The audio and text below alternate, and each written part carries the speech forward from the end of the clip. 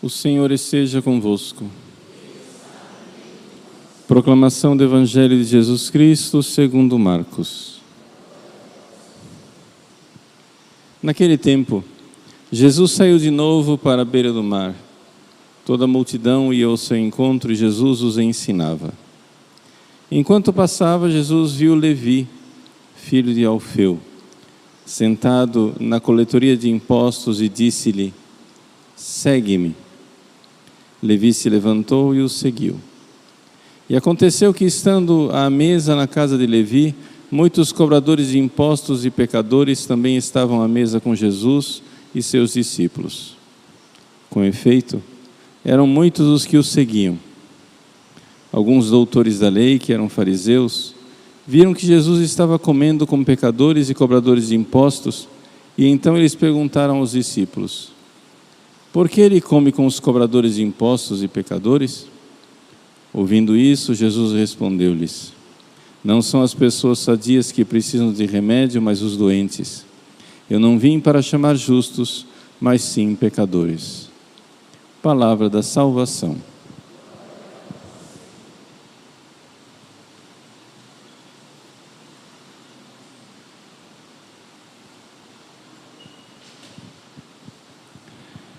Meus queridos irmãos e irmãs, com grande alegria celebramos a memória de Santa Maria, Mãe de Deus, no sábado. Todo sábado é dia da Virgem. E o Evangelho de hoje nos leva a pensar qual é o relacionamento de Nossa Senhora com os pecadores. O Evangelho nos narra a conversão de São Mateus. Mateus, que é chamado por São Marcos de Levi, ele está lá enquanto peca, no meio do pecado, ele é chamado por Jesus. Isso é admirável. É admirável que Jesus chame para a conversão, no meio do pecado. A graça de Deus não tem limites.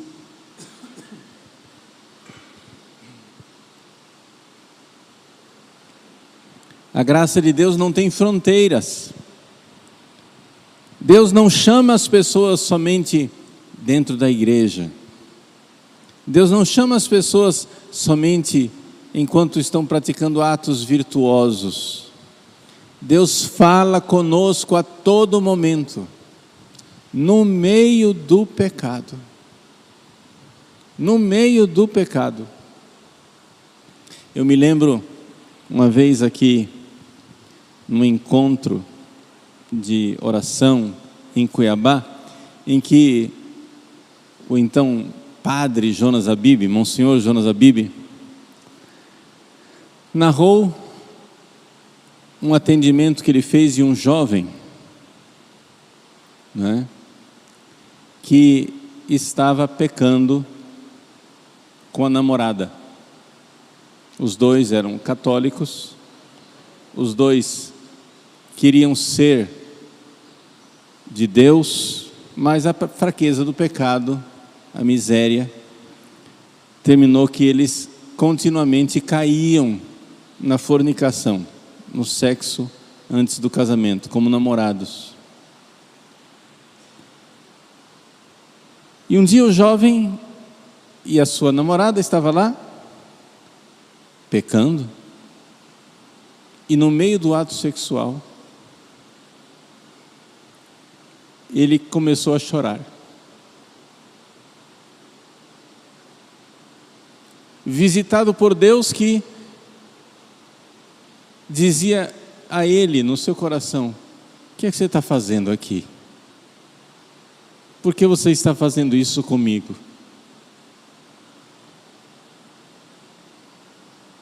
Logo,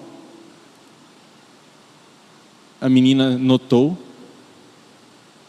e os dois ali, na mesma cama em que estavam pecando, se ajoelharam e começaram a pedir perdão a Deus. No meio do pecado, Deus visitou. É importante nós compreendermos isso, que Deus nos visita e está conosco, mesmo no meio do pecado. Que Nossa Senhora, Mãe dos pecadores, está conosco no meio do pecado, mas não está conosco no meio do pecado para apoiar o nosso pecado, para passar a mãozinha na nossa cabeça e dizer assim: ah, não tem problema, Deus ama você, pode continuar pecando. Nada disso.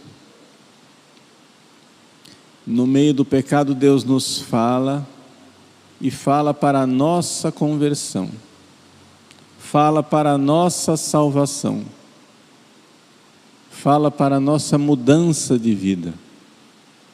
No meio do pecado, Deus visita os pecadores. Por isso, se você está no pecado, quer você esteja aqui na igreja, quer você esteja acompanhando pela transmissão, se você está no pecado, não espere as condições ideais de temperatura e pressão para que Deus fale ao seu coração. Não espere aquele momento ideal em que, quando finalmente houver, aquela conjunção astrológica ideal, eu irei me converter. Porque se você está sentindo um chamado de Deus no seu coração, não duvide. Tem gente que duvida. Tem gente que diz: não pode ser Deus que está me falando ao coração, porque eu estou no pecado. Não pode ser Nossa Senhora quem está me chamando à vida nova, porque eu estou no meio do pecado. O Evangelho de hoje nos diz: creia. Ele nos chama, mesmo que ainda estejamos no meio do pecado. Mesmo no ato de pecar. No mesmo e no próprio ato de pecar, Deus não está longe. Deus não está longe do pecador. Ele está lá, dizendo a você: arrependa-se agora. Mude de vida agora. Rompa com o pecado agora. Dizia o Monsenhor Jonas Abib naquela pregação, que não me sai da memória, foi lá no antigo Verdão, no estádio de futebol. Não me sai da memória aquela pregação de Monsenhor Jonas, em que ele dizia cruamente, até de forma bastante chocante, ele dizia: não espere sair de cima da mulher.